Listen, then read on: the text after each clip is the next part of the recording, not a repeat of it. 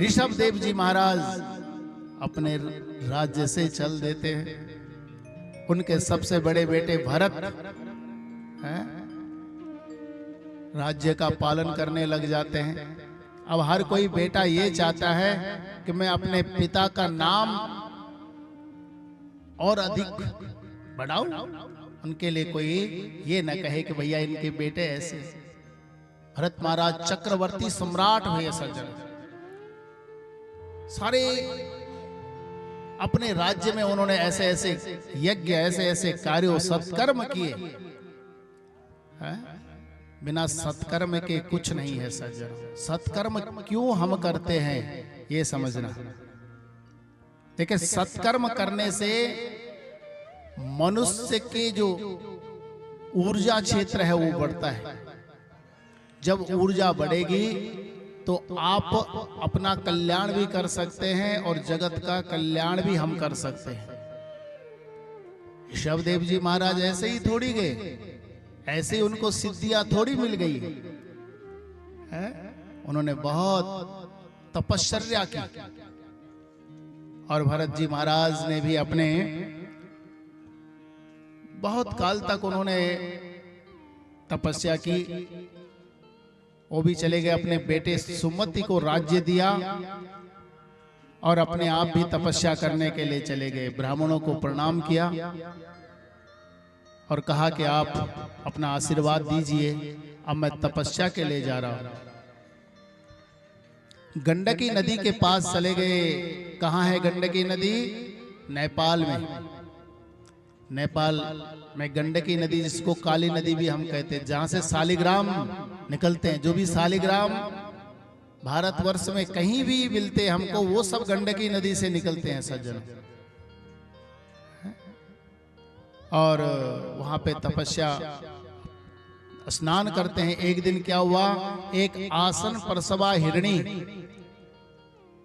दौड़ती हुई चली आ रही, क्योंकि उसके पीछे एक सिंह था।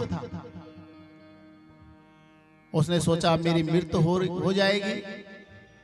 उसने गंडकी नदी में छलांग लगाई तो उसका प्रसव वहीं हो गया। वो तो मर गई, लेकिन वो जो हिरण शावक जो है वहां पे सोचा कि अब इसका तो रक्षक कोई नहीं है, मैं ही हूं बचाने वाला।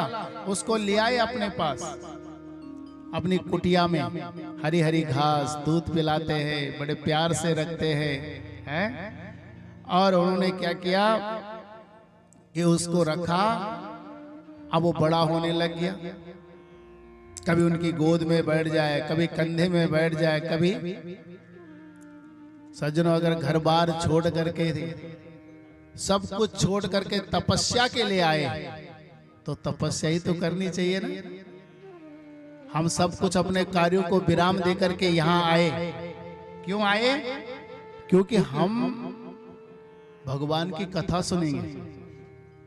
लेकिन यहाँ आकर भी हम दुनियादारी में फंसे रहे तो कोई लाभ थोड़ी है। आए थे हरि भजन को उबटन लगे कपास, और वही करने लग गए। उन्होंने क्या किया,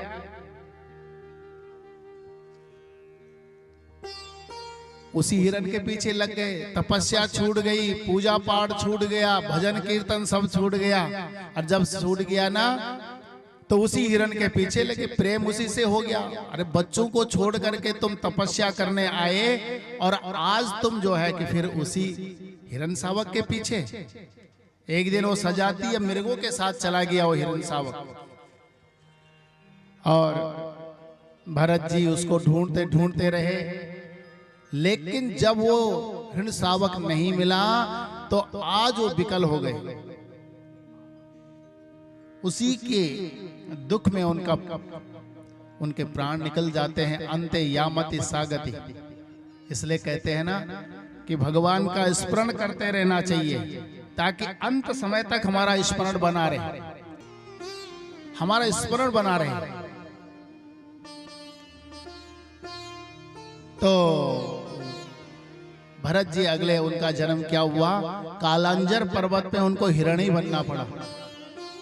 ज्यादा देखो मोह ज्यादा नहीं करना चाहिए। हम किसी चीज से ज्यादा चिपके रहेंगे हैं, अगर पहले से ही हम आदत नहीं रहेगी भगवान के स्मरण का, तो अंत समय में हम भगवान का स्मरण नहीं कर पाएंगे। जल्दी जल्दी आ जाइए, कथा में फिर थोड़ा सा विघ्न होता है, हैं?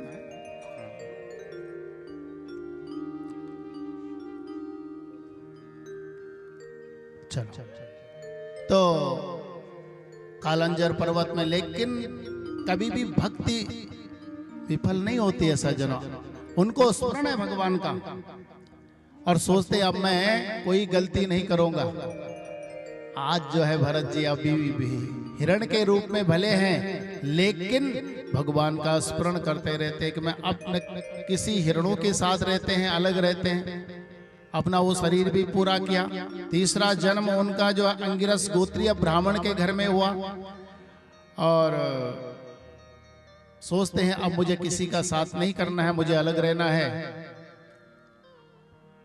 ब्राह्मण देवता ने उनको गायत्री मंत्र की दीक्षा दी, जनेऊ किया, लेकिन गायत्री मंत्र तक को याद नहीं करते हैं। माता पिता जब तक रहे तब तक तो सब प्रेम करते रहे। माता पिता का शरीर पूरा हुआ है क्योंकि उनका नाम ही जड़ भरत रख दिया। जड़ मतलब महामूर्ख। भाभियां कहने लगी देखो भरत, तुम जो है खाते तो इतना है, काम बिल्कुल कुछ नहीं करते हो। है? उन्होंने बिल्कुल भी एक मंत्र इसलिए याद नहीं किया कि मेरे पिताजी है ब्राह्मण, कहीं मेरे को पूजा पाठ में न लगा दे। अरे मुझे तो भगवान का ही स्मरण करते रहना है, ध्यान करते रहते हैं, क्योंकि पूर्व जन्म का उनका पहले से ही उनके मन में है कि मुझे सचेत रहना है। तो आज उनका तीसरा जन्म यहाँ पे है। तो उन्होंने एक दिन उनके भाइयों ने जब उन्हें कहा कि जाओ भरत, तुम तो काम कुछ करते नहीं, घर से ही निकाल दिया सज्जनों, और सोचते हैं कि जो परमात्मा जाहि विधि राखे राम ताहि विधि रहिए, और चले गए सीधे। तो जड़ भरत जी जो है निकल गए वहां पे। सिंधु सौवीर देश के राजा रहुगण जा रहे थे सज्जनों, और उनको पालकी में एक कहार की आवश्यकता पड़ती है। तो उन्होंने कहा भैया कहार, बोले जो है महाराज कहार की आवश्यकता है तो किसी को भी लगा दो, राजा की पालकी है। तो देखा उन्होंने मोटा ताजा ये जड़ भरत, उसी को जो है पालकी पे लगा दिया। लेकिन सज्जनों ये जड़ भरत जी सोचते हैं कि इस जन्म में मेरे से कोई भी पाप ना हो जाए। जीटीवी देख करके चलते हैं।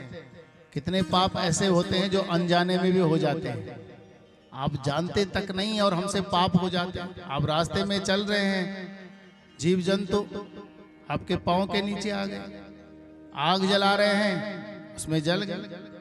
तो इस प्रकार से जब जो है उन्होंने सोचा तो पालकी हिलने लग गई सज्जनों। उन्होंने पालकी से झांक के देखा कि भाई मोटा ताजा तो ठीक है ये, लेकिन चल ढंग से नहीं रहा है। बोले ठीक ढंग से चलो, तुम कैसे चल रहे हो? बोले महाराज जो नया कहार है ना उसकी वजह से दिक्कत हो रही है। तभी जो है फिर बड़ी सी चींटियों की लाइन दिखाई दी तो पालकी और हिलने लग गई। तो क्रोध आ गया रहुगण को, सिंधु सौवीर देश के राजा को, और वो कहने लगे अरे तो बड़ा मत वाला है, तुझे भय नहीं लगता? मैं ये राजा हूं, सिंधु सौवीर देश का राजा रहुगण, तेरी मैं चिकित्सा कर दूंगा। लगता है तो बहुत सारा रास्ता, सारा भार पालकी का तेरे ऊपर ही है, तू बहुत पतला है। ऐसे अनर्गल वाक्यों को जब सुना भरत जी ने सोचा वैसे तो हमारे पे कोई फर्क नहीं पड़ता है किसी के वाक्यों का, लेकिन अब जब इनका भार लिया है तो थोड़ा ज्ञान भी हम दे दें। हैं? बोले कहने लगे तो योदितम व्यक्त मवि प्रलब्धम भर्तु समेसा ददि वीरभारा गंतुर यदि स्या ददि गम्य मध्वा पिबेति रासो न विदाम प्रबादम। महाराज आप किसे दंड देने की बात कर रहे हो? हैं? अरे आत्मा को कोई दंड दे सकता है क्या? और मोटा होना, अति पतला होना, ये तो शरीर का धर्म है, आत्मा का धर्म थोड़ी है, हैं? बोले तुम कहते हो कि बहुत दूर से तुम पालकी ढो करके ला रहे हो। अरे चलना है, मार्ग है तो चलने वाले के लिए है। आत्मसम्मत वाक्यों को जैसे ही जो है रहुगण ने सुना तो पालकी को रुकवाया और रुकवा करके पालकी से बाहर निकले और कहने लगे तयोन कस्तम निगूढ़ सरसीत जानम बिभर्षि सूत्रम कतमो बुधूता। ये अवधूत वेश में महाराज आप कौन हैं? ये मत सोचना मैं डर करके आपके उतर गया हूं पालकी से, मैं किसी से नहीं डरता हूं, लेकिन मैंने आपके जो आत्मसम्मत वचन सुने हैं उनसे मैं भयभीत हुआ हूं, वैसे मैं डरता नहीं हूं। ना हम विसंके सुरराज वज्रा नत्रक्ष शूलस्य यमसदंडा ना नरक सोमा नीलवेत पास्त्र शंके वृषम ब्रह्म कुलावमाना। ना हम विसंके सुरराज वज्रा, मैं इंद्र के वज्र से भी नहीं डरता हूं। नत्रक्ष शूलस्य यमस्य दंडा, मैं शिव जी के त्रिशूल से भी नहीं डरता हूं। नानक सोमा नीलवित पास्त्रा, सूर्य चंद्रमा वायु, मैं किसी से नहीं डरता हूं। कि डरते किससे हो? बोले छंके वृषम ब्रह्म कुलावमाना, किसी साधक से डरता हूं, किसी ब्राह्मण से डरता हूं, कहीं मेरे से उनका अपमान न हो जाए। महाराज बस आप कोई ऐसे कोई साधक तो नहीं है, ऐसे कोई ब्राह्मण तो नहीं है। बोले देखो आपने बहुत सारी बात कही कि न मैं पतला हूं न मैं मोटा हूं, हैं? ठीक है, अच्छी बात है, लेकिन कुछ बातें मेरे मन में है कि अगर हम जो है कि मैं एक ही बात पूछना चाहता हूं महाराज, आप बता दीजिए। बोले क्या? आपने जो कहा कि मेरे को कोई कष्ट नहीं होता है, तो क्यों नहीं होगा? जब जो है ना शरीर को कष्ट होगा तो मन को कष्ट होगा, और मन को कष्ट होगा तो आत्मा को कष्ट नहीं होगा क्या? स्थालाग्नितापा पयसो भितापा तस्ताप तस्तंडुल गर्मरंद्री देहेन्द्रियाया स्व सयसा निकरसत तत्संसति पुरुष तुरोधा। जैसे हम पतीले में चावल रखे, पानी रखे और नीचे से आग जलाएं, अग्नि के ताप से पतीली गर्म होती है, पतीली के ताप से जल गर्म होता है, और जल के ताप से जो है ना चावल पकने लग जाते हैं। वैसे जब इस शरीर को कष्ट होगा तो क्या इस आत्मा को कष्ट नहीं होगा? और जब आत्मा मन को कष्ट नहीं होगा और मन को कष्ट होगा तो आत्मा को भी तो कष्ट होगा। बोले राजन तुम ज्ञान जैसे बातें करना चाहते हो, लेकिन हो नहीं तुम ज्ञानी। अरे आत्मा आकाशवत है, आत्मा को कोई रंग, तुमने अभी तक अपनी आत्मा को देखा है क्या? आत्मा को न रूप है, तुम सवयव अवस्थो चीजों के साथ इनको घटित कर रहे हो। देखिए आत्मा न मरती है न पैदा होती है। गीता भी लिखती है, क्या कहती है गीता? नैनम छिंदन्ति शस्त्राणि नैनम दहति पावका न चैनम क्लेन्द्रियंतापो न शोषयति मारुता। किसी अस्त्र से नहीं काटी जाती है आत्मा सज्जनों, है? वायु इसको नहीं उड़ा सकती, मार सकती है, अस्त्र से ये नहीं काटी जा सकती है। तो हम सोचेंगे कि भैया मरना किसका होता है? मरना होता है शरीर का। सुख दुख का भोगता कौन? बोले सुख दुख का भोगता है मन। सुख दुख का भोगता है मन।